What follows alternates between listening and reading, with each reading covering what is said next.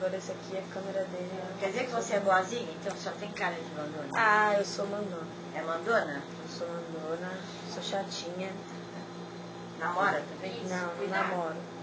Coitado do cara que namorar. Mas, professora, uma mulher junto com um homem, né? Olha Acho que eu não namoro, porque dele se eu não mando... dele com o Edgar.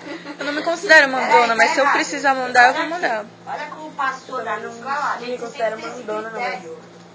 eu sou muito chata. Tipo, se não for muito do meu jeito, eu começo a ficar brava. Peraí, agora mede aí. Mede aqui. Eu acho que cada um é responsável por seus atos, entendeu? Eu não tento mandar na outra pessoa, mas se um dia eu precisar mandar, eu vou mandar. Puxa. Eu quero assim.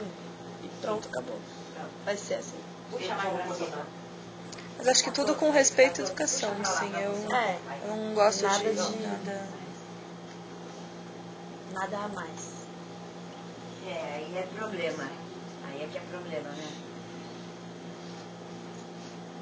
Isso é tudo na medida. Olha, tá muito caído ali e nada pra lá. É que os rapazes de hoje em dia não estão acostumados com moças sérias. Essa é que é a verdade.